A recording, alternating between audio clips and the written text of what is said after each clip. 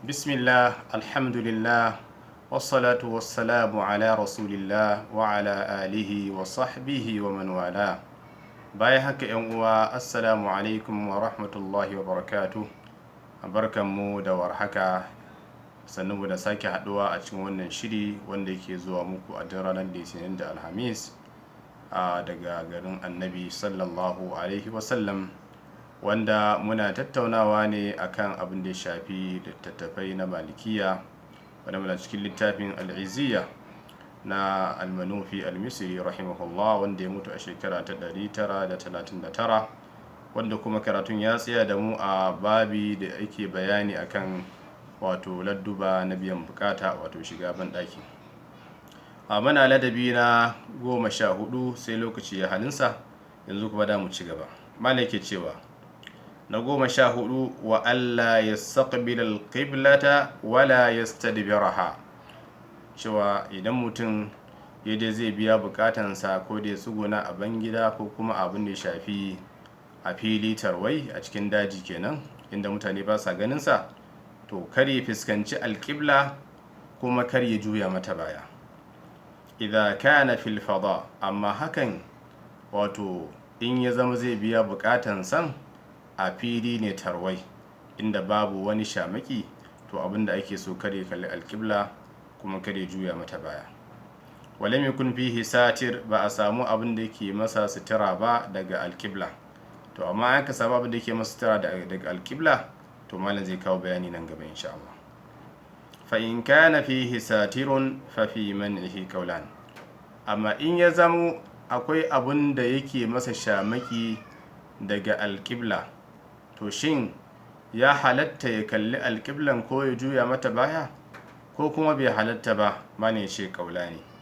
Wal muhtaru minhuma almanu, amma yace abinda malamai suka zaba, musamman irin su Lakami da makamantansu, suna ganin hani din shi yafi.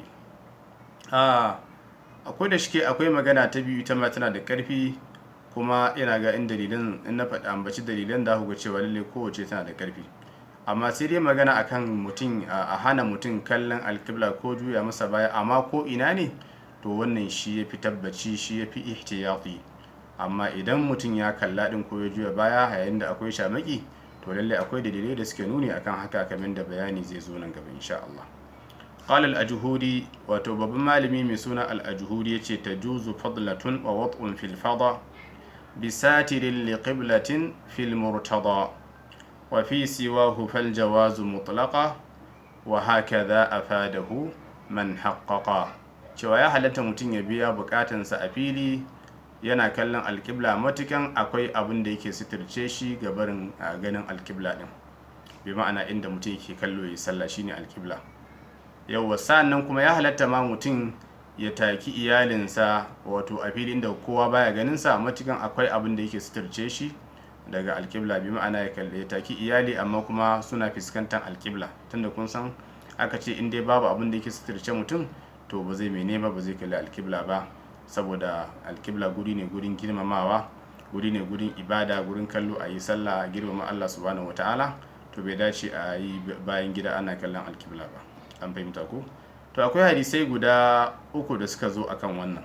Hadisi na farko shine hadisin Abi Ayyub al-Ansari, wanda yake cewa abin nan, idza ataytumul gha'ita fala tastaqbilul qiblata bigha'itin wala tastadbiruha walakin sharriqu aw gharribu, cewa idan kuka je biyan bukata, wannan hadisin muttafaqun alayhi, wato Buhari da Muslim sun fito da shi, cewa idan kuka je biyan bukata, in ji annabi sallallahu alaihi wasallam, cewa to kar ku fuskanci alƙibla da yayin da kuke biyan bukata din nan, kuma kar ku juya mata baya, amma ku kalli gabar ko ku kalli yamma. Haka hadisin ya faɗa, saboda annabi yana magana ne da mutanen garin Madina, wanda su kuma alƙiblan su ba gabar bane ba yamma bane, alƙiblan su kudu ne, bi ma'ana suna ba da arewa baya. Kenan mutanen garin Madina ba za su kalli arewa ba za su kalli kudu ba yayin da za su biya bukata a fili. Mu kuma mutanen Najeriya sai mu ce ba za mu kalli gabar ba kuma ba za mu kalli yamma ba yayin da muke biyan bukata. To kun ga wannan hadisin bai faɗi shin a fili ne ko a cikin gini bane ko a cikin gida bane, kawai ya ce kar a kalla. to in mutum ya dauki zahirinsa ya dauki umuminsa shikenan sai ya hana kowa da kowa kallo ko ma a ina yake. To saboda haka mala abin da ce wal muhtaru minhu al man'u, kamar ya dauki umumin wannan hadisi. Ko da yake akwai hadisi na biyu, hadisin Abdullahi ibn Umar wanda yake ce ya ga Annabi sallallahu alaihi wasallam lokacin irin wasa na yara ya hau saman daki yana abin nan yana wasan sa kawai sai ya abin nan sai ga Annabi sallallahu alaihi wasallam yana biyan bukatansa akan tubali guda biyu yana kuma kallon Sham ya juya wa alqibla baya. To wannan sai nuna cewa ya halatta a kalli alqibla ko a juya mata baya idan akwai sitara, tunda in dai ko aka juya baya kenan ya halatta a kalla, tunda hadisin ya hana kallo da juyawa ne. To kuma gashi an samu Annabi da kansa sallallahu alaihi wasallam yana asalin kallon Sham ya juya wa alqibla baya, sai ki nuna cewa kenan ya halatta mene a kalla ko kuma a juya inda akwai sitara. Ina fata mun gane wannan. A sannan akwai hadisin Marwanul Asfar wanda shi ma abin nan ya ga Abdullahi dan Umar yana biyan bukata a fili, amma kuma ya shi Abdullahi dan Umar yayi sai ya sanya raƙumarsa tsakaninsa da alƙibla sai ya tsuguna yana biyan bukatansa. Bayan ya gama sai Marwanul Asfar ya zo cikin ladabi yana cewa kuma naga kana yin wannan alhali Annabi ya hana, sai ce a'a ai idza kana bainaka wa bainal qibla fala ba's, idza kana bainaka wa bainal qiblati shay'un fala ba's, cewa abinda aka hana shine kasance babu komai tsakaninka da alqibla, amma in dai akwai wani abu tsakaninka da alqibla to wannan babu komai. To saboda kenan in dai akwai sitira to wannan babu laifi, kamar da kuka ji hadisin sun gabata. Sai malake cewa wa amma fi'luhu fil manzili fayajuzu mutlaqa, amma mutum yayi hakan a gida, idan mutum yayi haka bi ma'ana mutum ya biya bukata a gidansa, cikin bayan gidansa ko a cikin bayan gida na gidan abokinsa ko ma wani gida dai, to wannan ya juzu mutlaqan, bi ma'ana ya halatta sake. Ma'anan ya halatta sake shine nufin sawa'un kana hunaka satir, shin daidai ne akwai abin da yake sitircewa amla ko babu, saboda shi gidan kansa sutura ne, tunda gida ya kewaye abin nan sai an shiga ta kofa, to shi kansa ai sutura ne. Kana hunaka mashaqqa, shin akwai wahala wajen kallon alqibla a wajen juyawa alqiblan baya ko babu, shin akwai abin da ya shafi mashaqqa wajen kallon wani alqibla ko kuma babu mashaqqa, bi ma'ana akwai wahala a ce mutum to yana biyan bukata ba a so ya kalli alqibla kuma ba a so ya juya mata baya, gaci kuma bayan gidan an gina shi na kallon alqibla ne, kamar da shi Abu Ayyub ke faɗa. Sai muka je garin Sham sai muka samu an gina wasu bayan gidoji wanda suna kallon alqibla, ce fa nan harifu anha wa nastaghfirullah azza wajal, sai mu kauce sai mu dan karkace sai mun fito kuma sai mu mene sai mu yi istighfari mu ce Allah ka yafe mana. To yace to sawawan akwai mashakka ko babu, to ba a so mutum ya mene abin nan, sawawan akwai mashakka ko babu, to mutum yana da daman ya kalli alqibla ko ya juya masa baya abin nan inda ya kasance a gida ne. To wannan shine karshen wannan fasali din. Kai tsaye zamu shiga fasali mai bi masa. Mana ce faslun nawaqidul wudu'i arba'atun, cewa abubuwa da suke warware alola guda hudu ne a jumlace. Yawwa a jumlace. Na farkon su barin musulunci, Allah ya tsare mu. Na ukun su shakka cikin samuwar alola. Na hudun su kuma na biyun su kai ko? Na ukun su kuma hadasi shi kuma ya kasu kashi 8, zai zo nan gaba insha Allah. Sa'annan na hudun su kuma shine sababi na hadafi, shi kuma ya kasu kashi 3. Akwai abin da ya shafi shafan mace, akwai shafan zakarin mutum, akwai gushewa hankali da bacci ko da maye ko da duk wani abin da ke gusar da hankali, to wannan yana kada alwala. Bayani da zo dalla dalla insha Allah. Shi ma'anan kawo wannan babin bayan bayani akan alola, bayani akan ladduban biyan bukata, saboda idan mutum ya zo zai yi alola to galibi yakan shiga bayan gida ya zo kuma ya alola. To bayan ya alola din karkaje bayan ka alolan ta warware baka san ta warware ba, sai malam ya ga dacewan ya kawo maka babin da yake magana akan abin da suke warware alola, saboda ka kwana cikin sani. Duk sanda wani abu ya same ka na wannan sai ka je ka sake alwala. Shi yasa kuna zaune da mutum ba wani abin da ya same shi kai dai a saninka, sai a zo za a yi sallah ce a gaskiya ne zan ne alwala, to akwai wani abin da ya karya masa alwala, to yanzu shine za mu sani insha Allah. Mallan ce al-awwal, wato abin da yake warware alwala na farko ar-riddatu, shine ridda, wato barin musulunci. wa hiya kufrul muslimi, shine kafircewan musulmi ya bar musulunci. kuma wa yabtulu biha jami'ul a'mal, duk wani aiki da mutum yayi na gari to ya bata masa aikinsa. wa arrafu riddata kufrul muslimi bi dhimni fi'lin aw bi qawlin mufhami min muslimin mumayyizin muhtari ka shaddihi fi wasdihi zunnari. yawwa sai ke cewa in lam yatub ba'da thalathin yuqtalu wa maluhu fai'un wa minha yabtulu wasiyatun wa tuhru was salatu.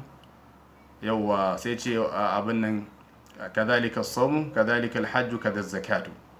duk wannan abin duk da su lalace. bi ma'ana idan mutum yayi ridda to duk wani aikin da ya gabatar ya lalace. innahu man yushrik billahi faqad habita amalu, cewa aikinsa ya ɓaci. to shi abin da ya shafi ridda yana da nau'uka daban-daban wanda sun kai abin da manya-manyan su guda 10 ne, amma suna da yawa. Khalil ya buɗe babi a cikin muktasar Khalil babin ridda, wanda mun je wato zafai na sama da waɗannan littafi inda musamman ake buɗe babin ridda, wato babin da zai bayani akan ridda, abin da yake warware musulunci. kamar da aka yi wannan babin yana bayani akan abin da zai warware alola, to wancan kuma yana bayani akan abin da zai warware musuluncin gaba daya, saboda mutum ya kwana cikin sani, kar mutum ya je musuluncinsa ya warware bai sani ba. mafi yawancin abin da yake warware musulunci ɗan uwa shine shirka da Allah, na biyunsa kuma sihiri ɗan uwa. daga cikin nau'uka na sihiri akwai abin da shafi zuwa gurin boka. idan mutum ya je gurin boka yayi ridda, bai ba na musuluncinsa ya warware. ko ya je a masa tsafi a raba mace da mijinta, ko a hada wani ya so matarsa kamar zai mutu ya zama bi ta zaizai, ko ta zama bi shi zaizai, to duk wani yana cikin ridda. ana ganin abubuwa ne in kanana, to lalle abubuwa ne masu girma. idan mutum yayi shikenan kuma ba zai samu shiga aljanna ba, saboda Allah subhanahu wataala ya haramta aljanna mu wanda yake shirka da Allah. innahu man yushrik billahi faqad harrama Allahu alayhi aljannata wa ma'wahu an-nar, cewa wuta ce makomarsa. Allah ka tsare mu. saboda haka babu bambanci tsakanin wanda yayi riddan nan da ganganci, ko kuma yayi saboda tsoro, ko kuma saboda izgili, duk ɗaya suke mana. da wanda yayi da tsoro, da wanda yayi da izgili, da wanda yayi da ganganci, duk ɗaya ne. wanda kawai ake bashi uzuri shine wanda yayi ridda saboda an tilasta masa bayan da zai iya. amma saboda kai ka ce to yanzu ga yan kidnapping sun dame mu, ya kamata in je in samu layan bata, to shikenan ka bace har ila yawmil qiyama. saboda haka kar abin nan tsoro ya saka kuma kai ridda, ka je kai sihiri ko kai shirka da Allah. ina fata mun gane. mutum ya dogara ga Allah, qul nusibana illa ma kataballahu lana huwa maulana wa ala Allahi falyatawakkalul almu'minun.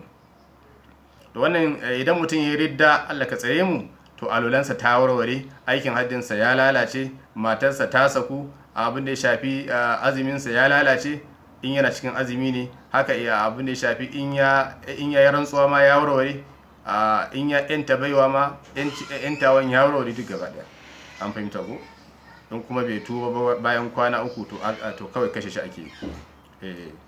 illa min ba'da 3 yuqtalu wa maluhu fai'un wa minha yabtulu. yawwa an fahimta ko? to wannan shine abu na farko. abu na biyu, ashakku fi wujudi tahara. malami suna cewa mutum ya didda ko da ya dawo aikinsa ko da ya dawo aikinsa dai ya lalace. bai mana in ya dawo dai zai zama sabon musulmi ne, abinda malaman malikiya suka tafi kenan. saboda faqad habita amaluhu dinnan, a cewa aikinsa ya lalace. an gane ko? saboda haka mutum ya kiyaye wannan. wanda yake son karin bayani akan wannan ya duba tafsirin Qurtubi da kuma abin da ya shafi ahkamul Qur'an na Ibn al-Arabi, sun yi bayani karshen ayan wala yazaluna yuqatilunakum hatta yurdukum an dinikum in istata'u wa man yartad minkum an dinihi fayamut wa huwa kafirun fa ulaika habitat a'maluhu fid dunya wal akhirah wa ulaika ashabun nar hum fiha khalidun. Allah ka tsare mu. malaka cewa athani ashakku fi wujudi tahara, cewa abin da yake warware musulunci, abin da yake warware alola na biyu shine mutum yayi shakka wajen samuwan tsarki. shin ya zo zai sallah sai ya samu shakka, wato wannan 50 wannan ma 50, shin nayi alola ko ban yi ba? 50 nayi alola, 50 ban yi alola ba, to suka ce kawai zai sake alola. alola ta samu matsala, saboda suka ce mene? saboda li'anna dhimmatahu mashghulatun bi yaqin fala tatabarra'u illa bi yaqin. Saboda asalin abu ne shafi gadon bayansa an nauyaya shi da cewa zai bauta wa Allah da yaqini, to wannan sauke nauyin ba zai sauka ba sai da yaqini. To bai dace ba mutum yana cikin shakka ya je kuma ya sallah, an fahimta ko? Amma hadithin da ya zo kan cewa yukhayyalu alaihi annahu yajidu shay'a fi salah faqala la yanfatil hatta yasma'a sautan aw yajida rihan, suka ce wannan ya zo kawai cikin sallah ne. Malikiya sun sauke wannan hadisin a cikin sallah domin yukhayyalu alaihi fi salah, cewa fi salah a cikin sallah ne abin ya zo masa. Kuma shukiya, ma'anin shukiya shine abin ya dame shi, ya shiga cikin muwaswisi, cewa mutum ne mai yawan waswasi kenan. domin man shukiya bi ma'ana an kai kukan abin ba ya zo masa yau, ya zo masa gobe, ya zo masa jibi, to suka ce in dai mai waswasi ne to ko da ya yi shakkansa ba ta karya masa alula ba, in dai mutum mai waswasi ne. ma'ana mai waswasi shine kullum sai ya yi ko da sau ɗaya ne kuwa, to in dai zai yi waswasi yau, gobe ma ya yi waswasi, jibi ma waswasi, to wannan suka ce shi gabaki ɗaya a abin nan za a masa mu'amala ne, mu'amala khasa, domin mara lafiya ne shi, an gane ko? Saboda ko ya shakka shakkan ba za ta karya masa alula ba, an gane ko? shine wa shakku ba'da al-fi'li la yu'athiru wa hakadha idha shukuku takthuru aw yaku wahman mithlu waswasin fada' li kulli waswasin yaji bihi luka thumma hadithu an-nafsi ma'fuun fala hukma lahu ma lam yu'athir amala. Saboda haka shakka akwai lokacin da malikiya suke amfani da shi, akwai lokacin da ba sa amfani da shi. Yaushe ne suke amfani da shi? Shine in ya kasance a cikin sallah ne, shakka idan ya zo to ba da a kalle shi ba gaba daya. Yaushe ne kuma abin da shafi ba a dubansa, ake dubansa a yi amfani da shi, shine yayin da mutum ya yi alola bai shiga sallah din ba, sai shakka shin ya yi alolan ko bai yi ba, to wannan suka ce zai sake wata alola, an gane ko? Aw fil hadathi, ko da ke a cikin malaman malikiya din akwai irin su ibnu nafi', irin su al-lakhami, irin su ibnu arfa, suna ganin cewa idan mutum ya shakka wajen samuwan tsarki bayan kuma yayi din, ko kuma yayi shakka wajen shin yayi kari ko bai yi ba, to wannan suka ce yana da alolansa, bi mana sun tafi tare da jumhur, domin al-yaqinu la yazulu bi shakk, cewa yaqini baya gushewa da shakka. To wannan abin da shafi shi abin da lakhami ya zaba kenan. To amma dai su malikiya sun ce ihtiyadi, mutum ya ihtiyadi a cikin ibada, ihtiyadi akan abin da shafi tsoron ibada ya fi ihtiyadi akan abin da ya shafi wasila na ibada, an fahimta ko? Domin ita alola ai wasila ce, to an mata ihtiyadi, an ce mutum ya je ya yi sallansa kawai da haka, to ita kuma sallan ita kuma fa. saboda haka suka ce al-ihtiyatu fil maqasid aula min al-ihtiyati lil wasa'ili.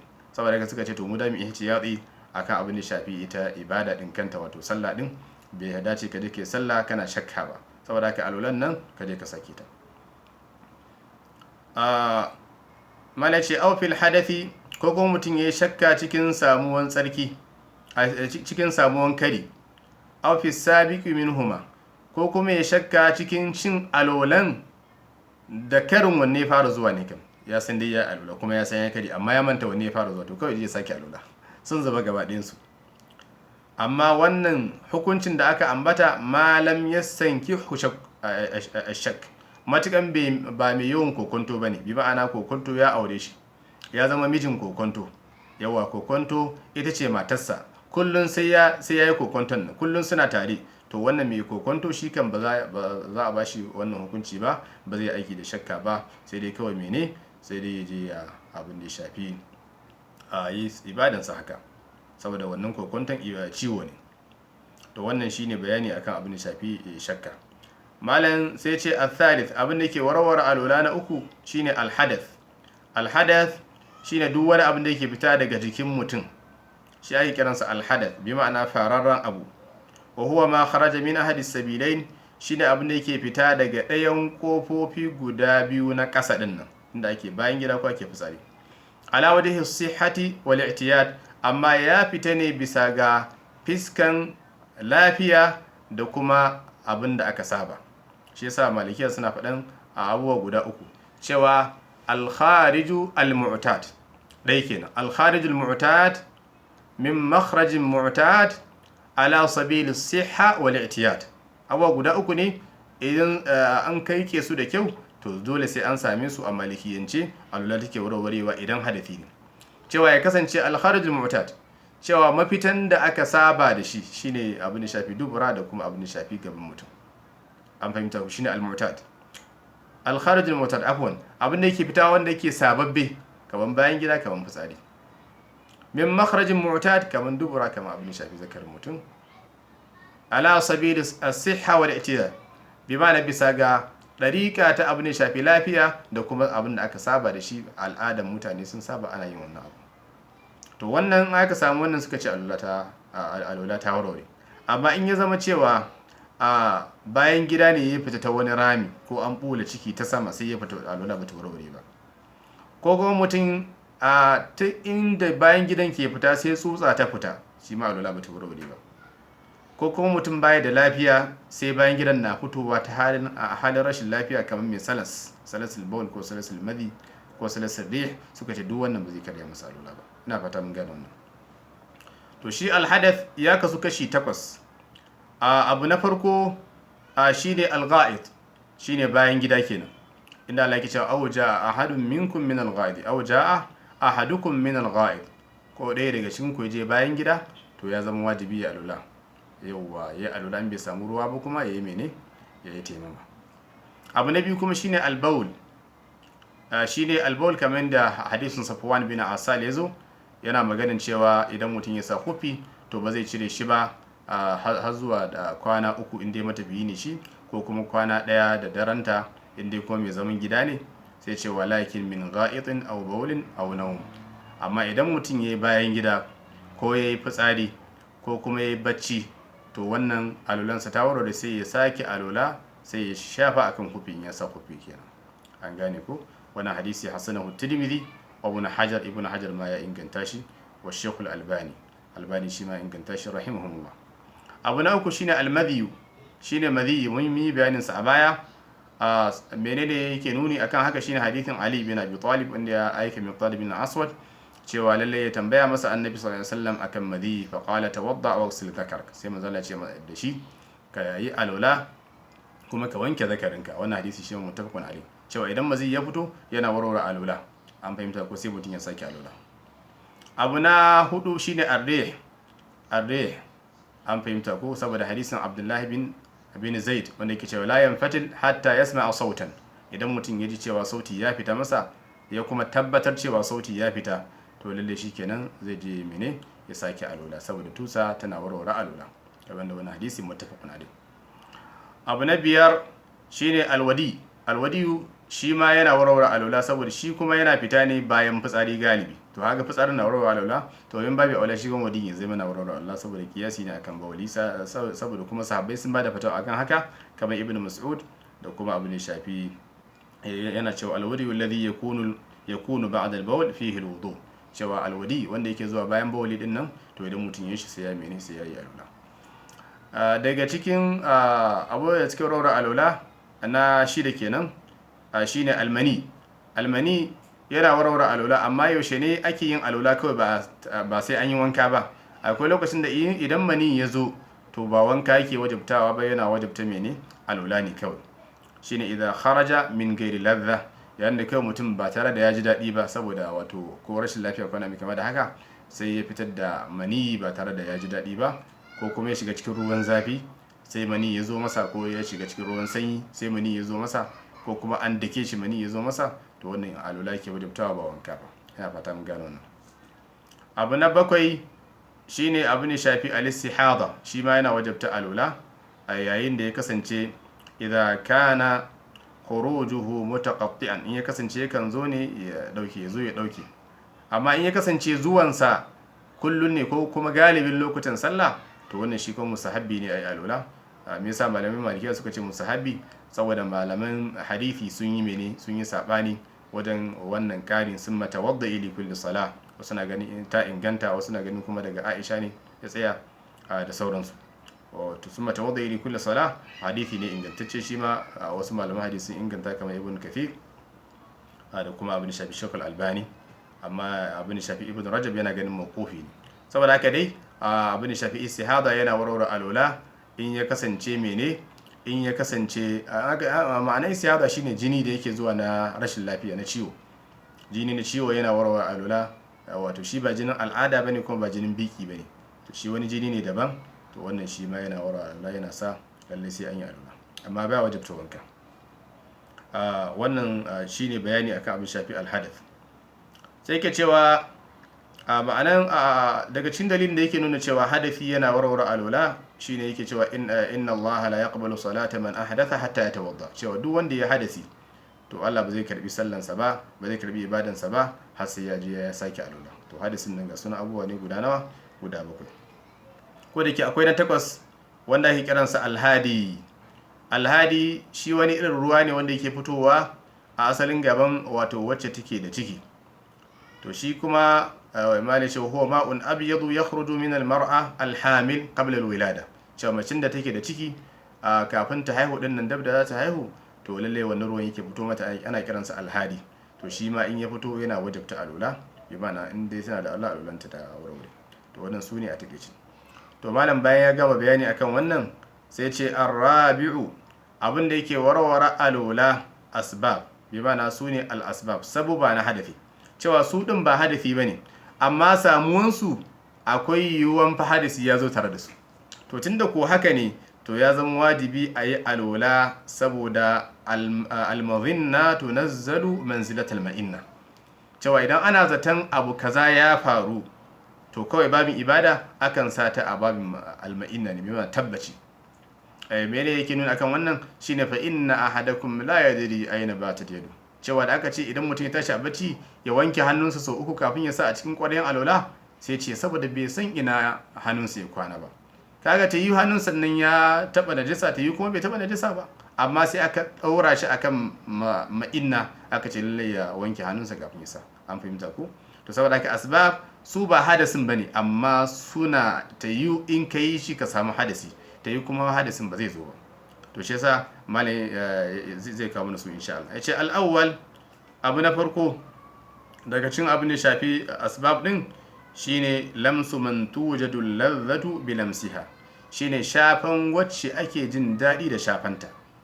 Kaman mace, wa malaman malikiya suka ce hatta wanda yake a shagiri, a samu irin yaro saurayi nan ba da gemu, ko wanda kuma gemun sun ya fara fitowa, ya dan kasun ba ya dan fara fitowa, to suka ce har shi ma inda ya shafa shi ya kasance ana iya shafa shi da jin daɗi, to shi ma yana warware alula, saboda ihtiyat lil ibada. An fahimta ko? Hakan na abin da shafi waɗanda suke da mummunan zuciya, wanda suke da bi mana sifa ta fasikanci, ya kasance hatta in ya taba abin da shafi muharramansa yana jin daɗi, to shi ma wannan taba ta yana warware masa alula. Me yake nuni akan wannan shine inda Allah ke cewa awla masumun nisa falam tajidu ma'a. Yawwa, awla masumun nisa suka ce ma'anansa shine in kuka shafi mata, wato shafin mace yana warware alula. Saboda me yasa aka dauke shi akan shafa da hannu?